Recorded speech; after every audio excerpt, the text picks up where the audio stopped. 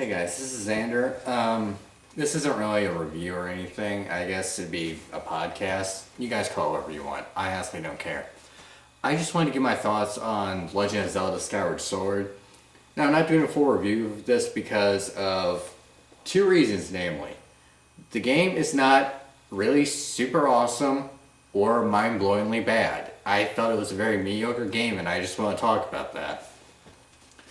Now, I don't know, I was let down by this. I was expecting more, I guess. So I'm just gonna try and organize my thoughts and just kind of ramble on about things as they come to mind. First would be the graphics. Now, I hate talking about graphics. I really do. I feel like it should not be a talking point in most games. But there's a few things I have to address with this one. First and foremost is the text.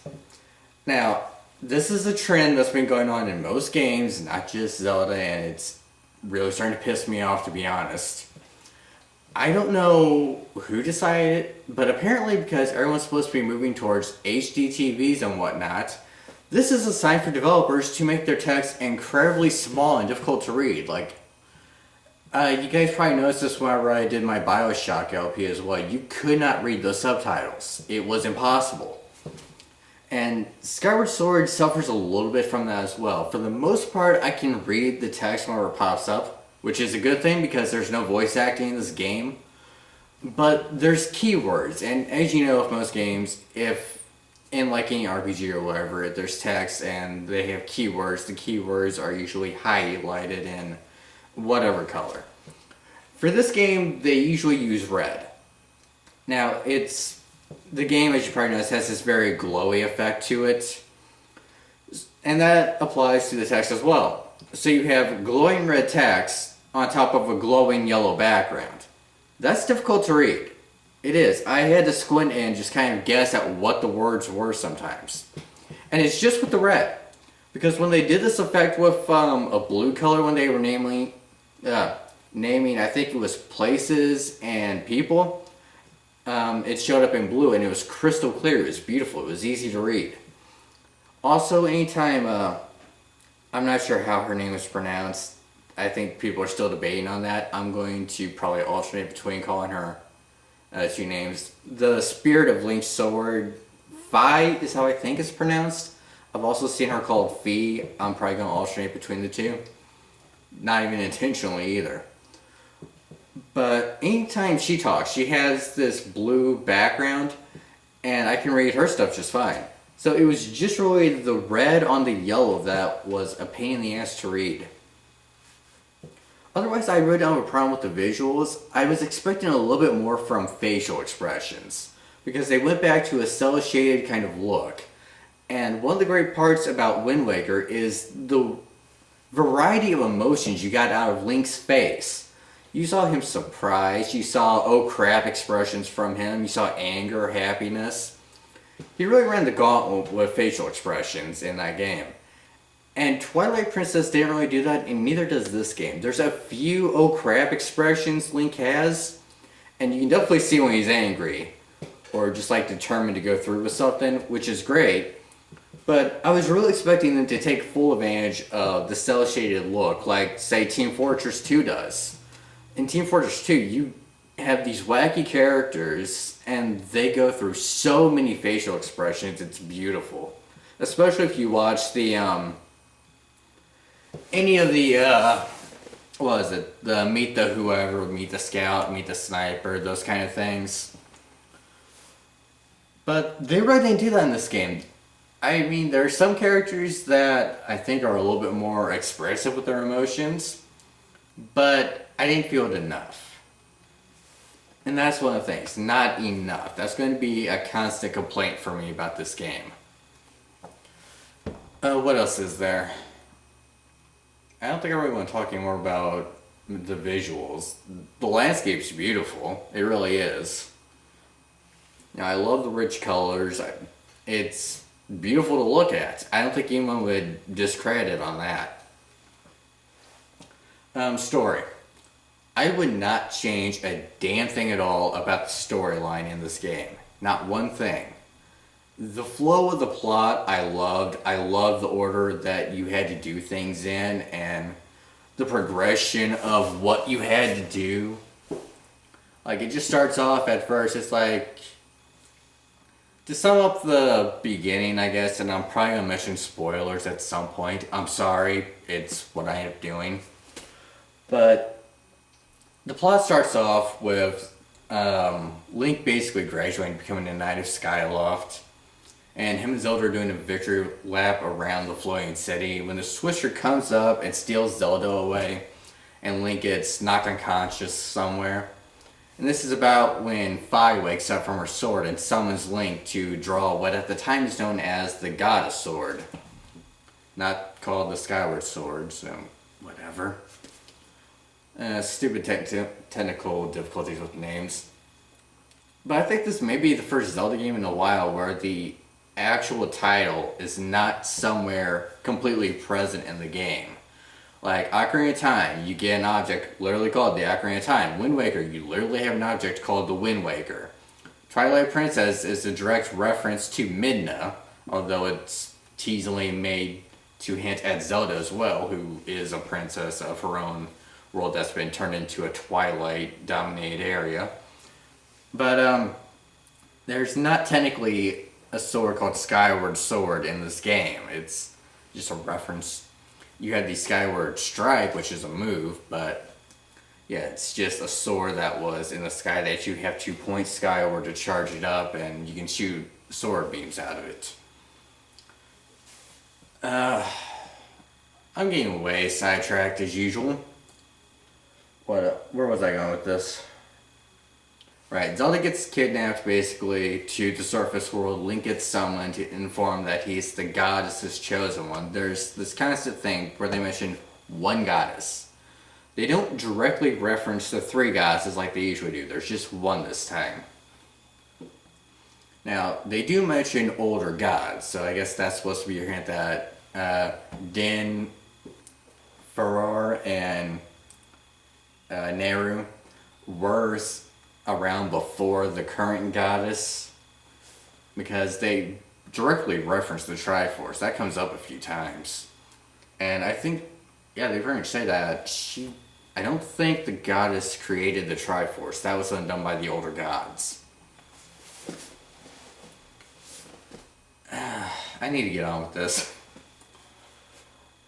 So, overall, Link pretty much begins his quest searching for Zelda, and then he gets told, okay, you have a bigger role to play in things, so you have to go and do this now.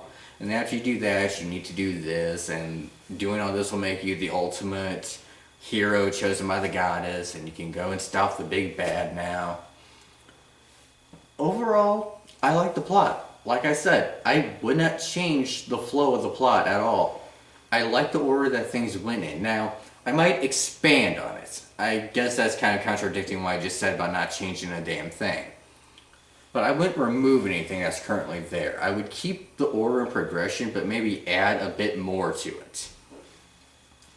Like, there's this one thing. It's like the very last thing you have to do before going to fight the big bad and destroy it. There's one more thing you need to get. I'm not going to say what. But I think it would have been more interesting if it had been broken up a little bit more and made longer.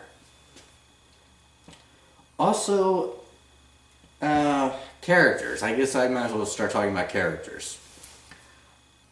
Fi was a major letdown to me.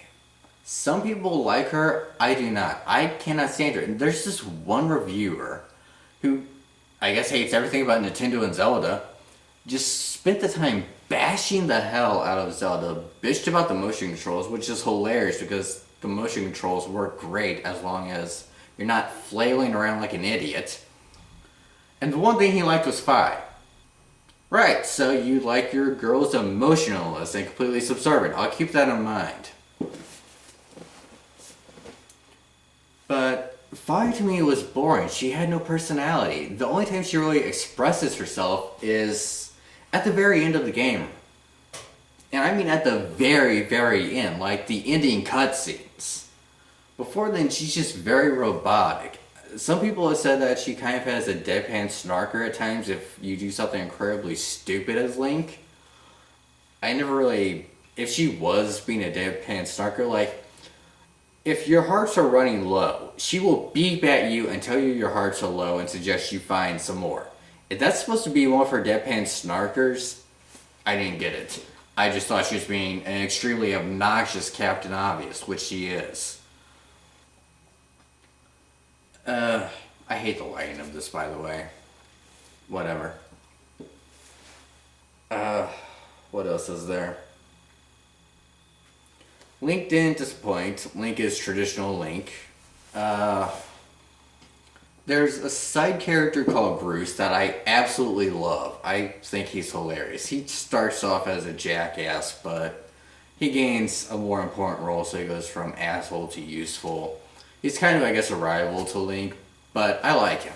I think he's a hilarious character. He's great comic relief material. Oh, one thing about it. If you look right back there, you can see the TV I'm playing on. That does not look like a 70-inch plasma to you, does it? Which is why, like I said, I had trouble reading the text. Getting back on track with characters. Zelda, I like the personality they gave Zelda in this game. She has a lot more substance to her than in, I think, any previous Zelda game where she usually gets kidnapped right away or something. Even the Zelda in Ocarina of Time, I don't think can quite compare with the Zelda of Skyward Sword. And Zelda and Twilight Princess really didn't get a lot of role either. I think maybe the only more badass Zelda that I know of was Tetra. And she didn't even know she was Zelda. She was just a reincarnation, really. She was the next generation. She starts her life as a pirate. And then, of course, when she becomes Zelda, she gets locked away and then later kidnapped.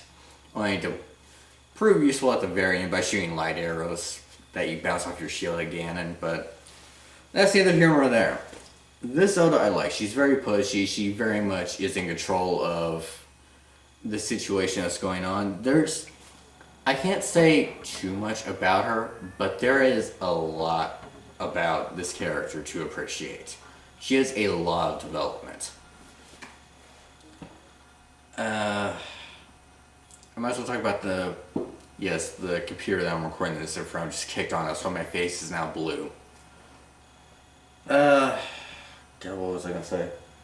The primary antagonist. Again, I do not know how to pronounce this guy's name, so I'm sorry, I'm going to butcher it. It's Giraham or something like that. I don't know how to pronounce his name, but I know I love this character. I think he's one of the best antagonists I have seen. But granted, we don't have a lot of competition. It's usually Ganon, with occasionally it's spiced up with Vati or Zant. Zant, though, I'm going to compare the new guy to Zant, alright? Zant starts off very intimidating. And then once you really have your first encounter with him, he's just a fruitcake. He's crazy. He flails around like an idiot while you fight him. Makes these stupid noises. I could not take the fight with him seriously. He's just a freaking idiot. It looks like he's throwing a temper tantrum the entire time you're fighting him. This new guy, however, where do I begin with him? Giraham, again, I'm pronouncing the name wrong and I'm sorry. But this guy, he's creepy as hell. He's freaky. He's unbelievably campy and fabulous with his costume. But he is such a deadly threat. He is the first boss you fight, and he damn near whooped my ass. The first boss almost killed me. That doesn't usually happen in Zelda games. I mean, let's look at our track record here. Ocarina of Time had Goma. Majora's Mask had, I can't remember how you pronounce the guy's name, but the sword man guy, well, he was kind of tough. Not really a fair comparison. Wind Waker had the lava monster thing. That wasn't much of a challenge either. Neither was the second boss in Wind Waker. Twilight Princess, I don't, oh wait, no I do. I think I remember what the first boss you fought in Twilight Princess was. It was that the plant thing with like the eye and the plant or something. That one was a little bit difficult. But this guy flat out whoops your ass. For one, the item you get in the first temple is the beetle. And I'm sure you guys all have seen the clips of the beetle. It's this little thing that Link has attached to his arm. He shoots it, it flies off.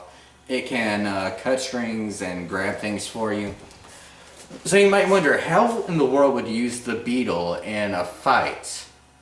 You really don't. And that's one of the things. The game broke up the traditional exploit its weak points core gameplay mechanic that it had. There's no specific weakness to exploit with this guy. You just have to have better swordsman skills than him. And if you've never actually handled a sword before, you're probably going to get your ass whooped. You're especially going to get your ass whooped if you flail the Wiimote around like an idiot. You have to make very clear motions, and if you're just like, I'll show you. If you're just like holding the Wiimote at your side like this or something, and you just kind of just try and make random motions at him, it's not going to work. If you're holding it in front of you and just jiggling around like this, hoping that you'll make enough random motions that you hit him, that's not going to work either. He reads how you're holding the sword. You have to fake him out. And if you're bad enough at this, he will grab your sword barehanded. And if you haven't figured out how to jar it from his grip, he will take it from you, examine it, comment how it's a nice sword, and then try to kill you with it. Before he finally throws it at you and you have to get it back that way. He takes your own sword from you, insults you, and tries to kill you with it. That is how you do a boss fight. Nonetheless, the first boss, that's a wake-up call. That's the game telling you, oh, you're still not good with the sword yet? You better get good. What else is there?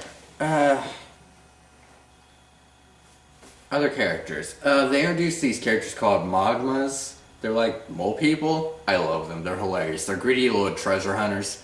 And they've got their own very catchy themes, like this jazzy theme that constantly has a snapping to it. They introduced these robots that I really do not like, because the robots are completely total assholes to you compared to the Magmas that are very, very helpful. When you first meet the robots, they pretty much tell you to go away. And one flat out tells you just to get lost. Another one tells you to stop bothering it and distracting it from work. And then there's this stupid robot called Scrapper. The things I would do to Scrapper if I had my way.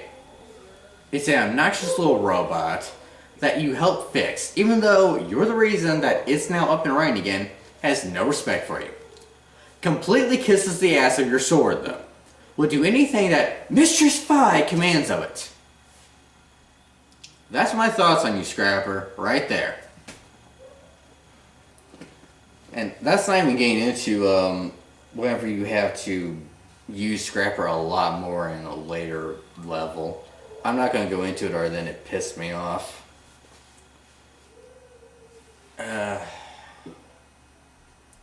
Gorons. There's, I think, only 2 Gorons I remember. I really like them. They're kind of just wandering nomads, and they're obsessed with doing archaeological research, which I think is great, because Gorons tend to get the short end of the stick when it comes to being portrayed as intelligent. They're always seen as kind of maybe a little dull-witted. These 2 are very smart. There was, going back to the robots, there's one robot in particular. It's this captain of a ship. Most awesome robot ever. What else is there? I'm trying to think if there's any more characters I really want to talk about. I mean, there's a few I can mention, but I don't know if that'd be spoiler related or not. I think I'm just going to move on. Controls. Like I said, controls work very well. It's definitely one-to-one tracking with the Wiimote. If you just take the time and just slowly move the sword around, you can see how it tracks very nicely. There's a video of a guy responding to the supposed bad controls with the Wii Motion Plus. And when you see him fight, he takes his time swinging the sword very slowly but clear, instead of just kind of flailing about randomly. One of the things you gotta do when you're holding the sword is to make sure that you don't flick the wrist, because the Wiimote detects that flick and thinks you're swinging the sword this way, even though you're moving your wrist to go this way. So it will misread it if you're not holding it properly.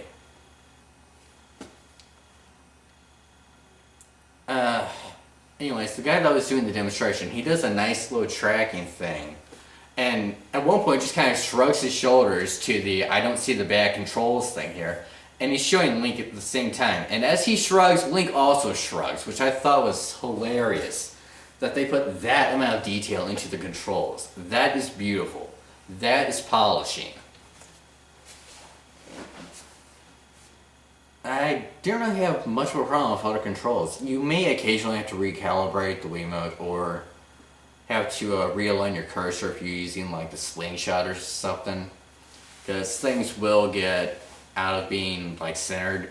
It happens. Just deal with it. The actual sword swinging part though, I think almost never has to be recalibrated unless you are pausing for long periods of time. What else?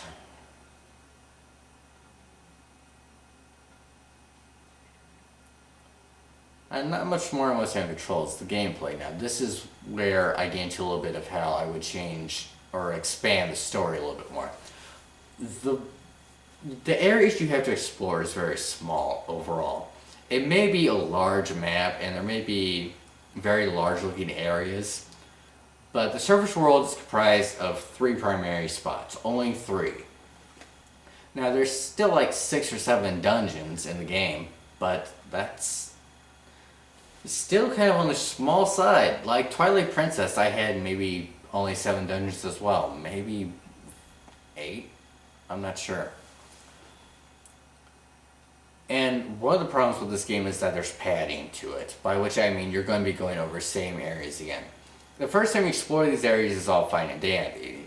Like the first time you go to these places, it's like, okay, we're dropped into the forest, the volcano, and the desert. And, yeah, that's fine. And I love the fact that to get to your first temple, you have to work your ass off just to get there. You are solving puzzles before you're even at the temple. This is a trend I would like to see continued. You get to the forest and it's like, okay, oh, I gotta go down and strike this evil glowing thing to seal it. Okay, then you go back up to what's called the sealed temple. This is the first dungeon, right? Nope. No, there's just an old woman there guarding the place, tells you where to go, sends you to the forest. Okay, I'm gonna find the forest temple now, right? Not so fast. First you gotta help these little woodland creatures, and then you get to progress a little bit further into the forest, and then finally at the very end you make your way to the temple. You're going to be playing for, I think, at least 2 hours before you make it to your first dungeon.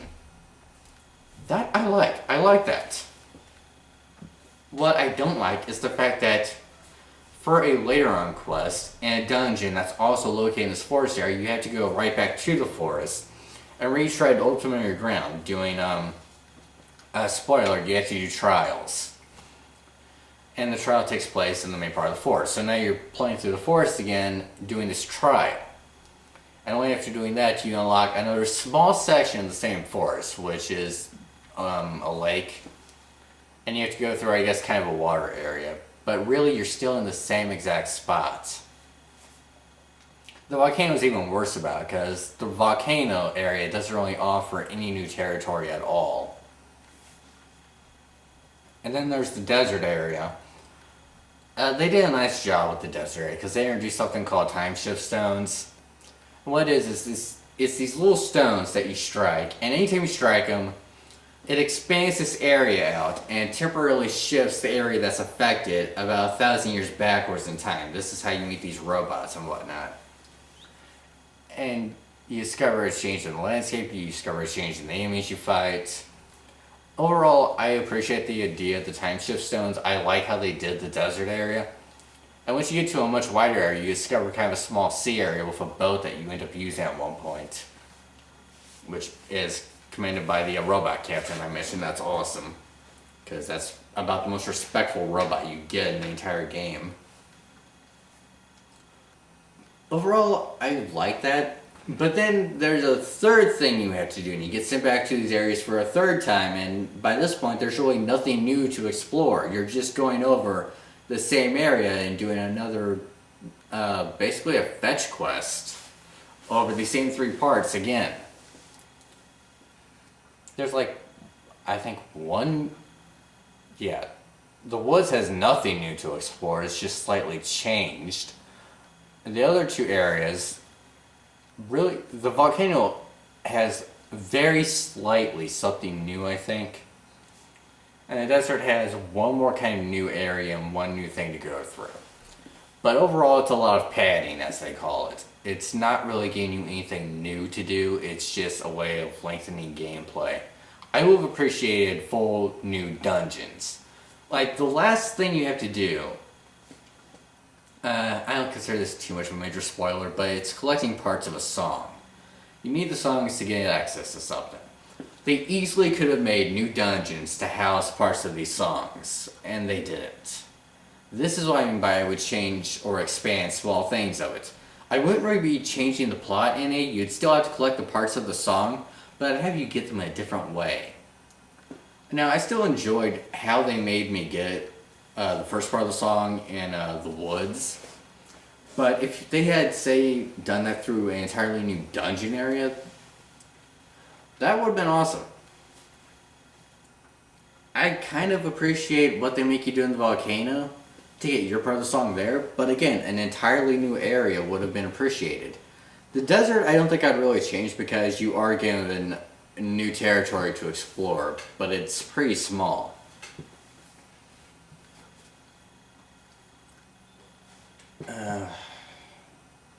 What else? Final boss fight. The final boss fight alone should have been extended. The final boss himself, there should have been more of. It was too short for me. The fight did not last nearly long enough. I'm trying to think, what else is there that I really, really want to talk about here?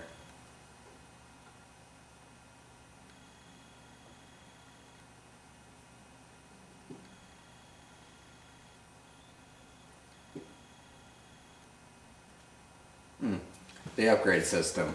I appreciate the upgrade system. I like it. I want to see it return in the future. I did enjoy the upgrading mechanic. So yes, as you probably guessed from how many times I've said it, they have an upgrade system. It works on most things. Almost every item you get can be upgraded in some way. Like, the beetle that you get gets upgrades to become faster and more durable. Plus there's a completely different upgrade for it that you get from one of the robots you run into. The bow and arrow can become tougher. Your shields. This is a big thing with shields. Shields now break. They have durability.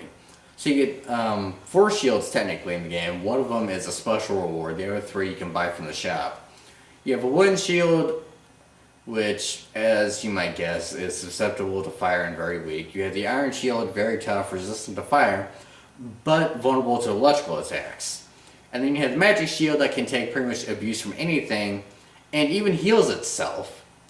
However, it's not as durable as, say, the iron shield, maybe not even as durable as the wooden shield. So the thing is that you have to be spot on with using the shield and shield bash, and you can't just hide behind it. If it just takes a hit, it's going to take damage. But if you shield bash something with it, no damage is taken by the shield. Figure that one out. And there's upgrades to improve the durability of the shields. Slingshot, you can upgrade to become scatter shots, stuff like that. You flat out buy your upgrades for, like, the bomb bag, the seed bag, your quiver, all that. They're just flat out bought from the scrap shop. Side quests. I would have liked to have seen more side quests. Really, I would like to see kind of a return of a bomber's notebook thing. Now, there's a little bit of that in this game. There's usually some big fetch quest for some poor sap or whatever that's been cursed or wants to become better than what they currently are or something. Like in the last game, it was a greedy man that turned into a statue, and you turn him back to human by killing Pose or whatever. I don't remember what there was before that, but I really like... In this game, it's a demon. A friendly demon. Figure that one out. and this demon wants to become human. So by doing that, you have to give him gratitude crystals, which you can find some stray ones lying around. Most of them you get from helping people. But I would have liked to have seen a true return of the Bomber's Notebook kind of quest. There's not enough people that you help out. There's only a few, and they're... For a floating island in the sky that's supposed to house the remaining humans, and it's been up there for a couple thousand years or so, there sure aren't a lot of people. There's like 20, maybe 30 people in Skyloft. That's a pretty vacant town for the rest of humanity. Now, there's apparently some humans left on the surface world chosen by the gods to, I guess, protect things on the surface world. You only ever really meet one of them. But Skyloft is just very empty feeling for how much of a great area it's supposed to be. I mean, for what's there, it's pretty packed, but it should have been bigger. Again, a case of there should have been more to it.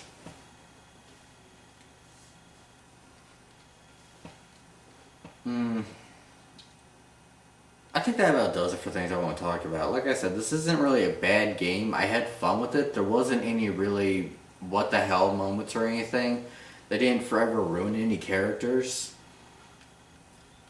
There were some characters I would like to have seen improved, like 5, but for the most part, I like the game. I liked it. It's just not the strongest Zelda title that I've ever seen. I think that's about all I have to say about this. And that's my thoughts on Skyward Sword, and who knows when I'll do another one of these things. Review-wise, I've gotten the next parts of the Bear Days reviews recorded. I just need to get around to getting them edited, and getting a little bit of software on my computer to finish editing what I want to do. Until then, we'll see you guys next time.